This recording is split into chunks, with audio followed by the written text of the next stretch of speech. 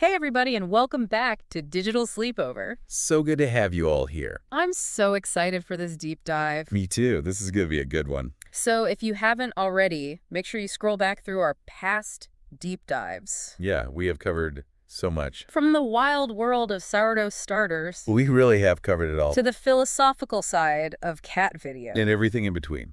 But for today, let's talk about something that I think we've all probably experienced at some point online.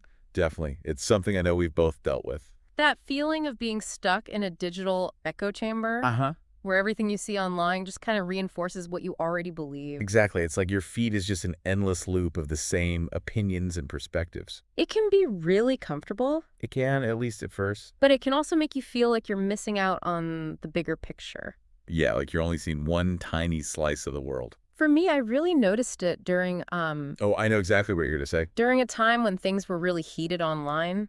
Right, totally. I looked at my Twitter feed and it was just a stream of people agreeing with me. Like a big digital high five. Exactly, and anyone who even hinted at a different opinion had been unfollowed or muted. Yeah, you had created a little bubble of agreement. I had, and it felt good at first, but after a while, I just felt kind of, Isolating. yeah, like I was cutting myself off from other perspectives. I get that. How about you? Have you ever experienced that echo chamber feeling? Oh, yeah, definitely. But mine was a bit different. Really? It wasn't so much about current events. Okay.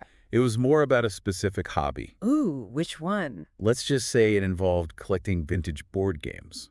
No way, that's so cool. I know, right? But I got so deep into it that my entire online world became nothing but board games. Like every ad and recommendation was about board games. Literally, every YouTube recommendation, every targeted ad, even the forums I visited were all about board games. Wow, so your digital world had shrunk down to the size of a Monopoly board. Pretty much. And it was great for fueling my passion. Of course. But I realized I wasn't seeing anything else. Like, my digital horizons had totally narrowed. That makes sense. It was like I was living in a tiny board game box. Okay, so we both have some experience with this. Uh-huh. But the good news is that we can break free from these echo chambers. Absolutely. And it's not about changing who you are. Right. It's about expanding your worldview. And connecting with people who might have different opinions. And that's what we're going to focus on today. We're going to share some practical tips on how to escape those digital echo chambers and start building real connections online. Real connections, that's the key. So, how do we even know if we're stuck in an echo chamber? That's a great question. There are a few telltale signs. Like what? Well, think about the content you're consuming online. Does it always confirm what you already believe? Okay, yeah, that's definitely a sign. Do you rarely encounter anything that challenges your perspective? That's a good point. If your online life feels like a constant stream of affirmations, you might be in an echo chamber.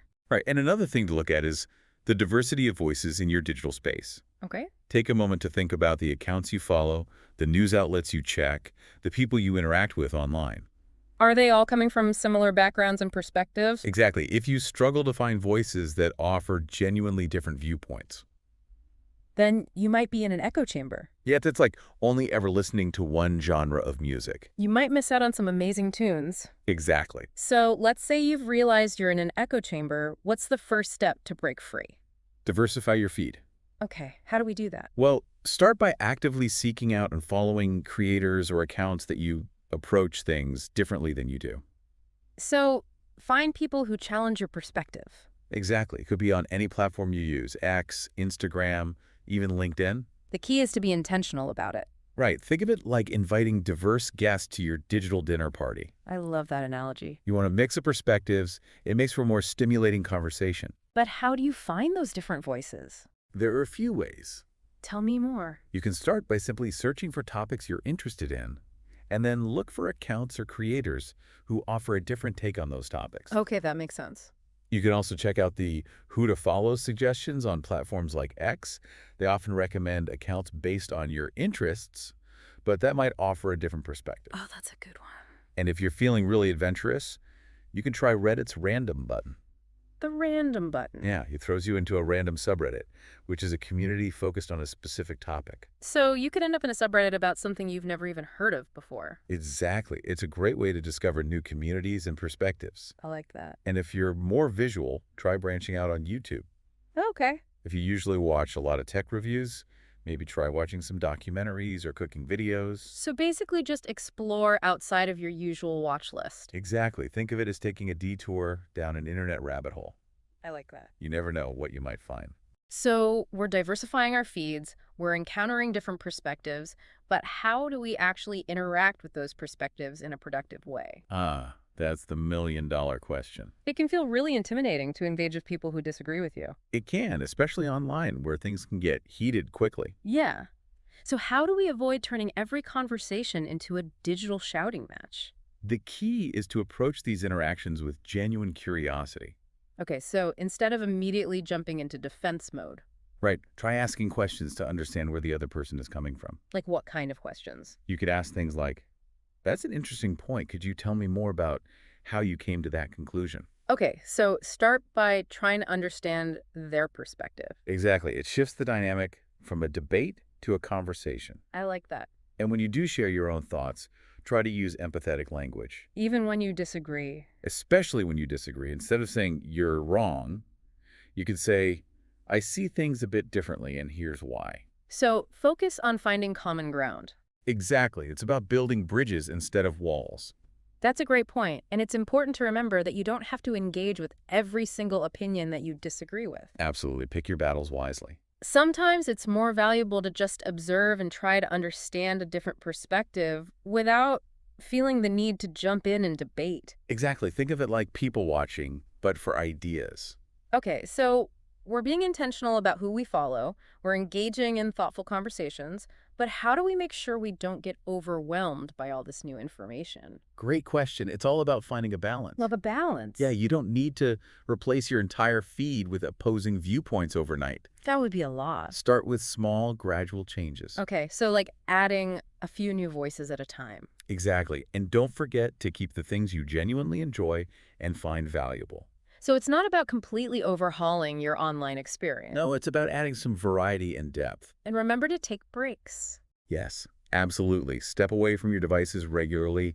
Give your brain a chance to process everything you're encountering. It's like hitting the refresh button on your mind. Exactly. And speaking of tech tools, don't forget about the power of recommendation engines. Oh, like the you might also like section on Spotify? Exactly. Most podcast apps have recommendation features that can help you discover new shows based on your listening habits.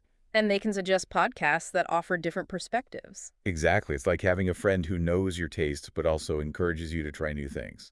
I like that. What about other tech tools? Well, even something like a large language model, like GPT, can be useful. GPT, that's the AI that can write like a human, right? Exactly. You can ask it questions like, what are the arguments for and against remote work? And it'll give you a balanced overview. Pretty much, it'll synthesize information from tons of text and potentially show you viewpoints you hadn't even considered. Wow, so it's like having a digital debate partner. Exactly. And it won't get emotionally invested in the conversation. That's a plus. I can get pretty passionate sometimes. Me too. And, even TikTok. For all the talk about it, Yeah. its For You page is actually designed to show you a wide range of content. Really? Yeah, it often includes videos from creators and about topics you haven't explicitly engaged with before. Interesting. So it's unintentionally helping us break out of our echo chambers? In a way. It's like stumbling into a new neighborhood online. Exactly. You never know what you might discover. So all of this is great, but why is it so important to escape these echo chambers? Well, there's a lot of research that shows that we're more likely to share information that confirms our existing beliefs. Okay, so we naturally gravitate towards things that reinforce our worldview. Right. It's like our brains get a little reward when we see our opinions validated. That makes sense, but what's the downside of that? It can lead to these echo chambers where we're only exposed to one perspective. And that can make it harder to understand and empathize with people who see things differently. So breaking out of our echo chambers is not just about getting more information, it's about becoming more understanding and empathetic. Absolutely. I like that. And there's research that shows that exposure to diverse perspectives can actually boost our tolerance and emotional intelligence. Wow, that's amazing. It's like a workout for your empathy muscles. So, by diversifying our feeds and engaging in thoughtful conversations with people who disagree with us, We're not just learning new things. we're becoming better people. You could say that. I'm all for that. Me too. I've found that actively working to break out of my own echo chambers has been incredibly rewarding. Me too. It's not always comfortable. It's not. Sometimes those conversations can be challenging.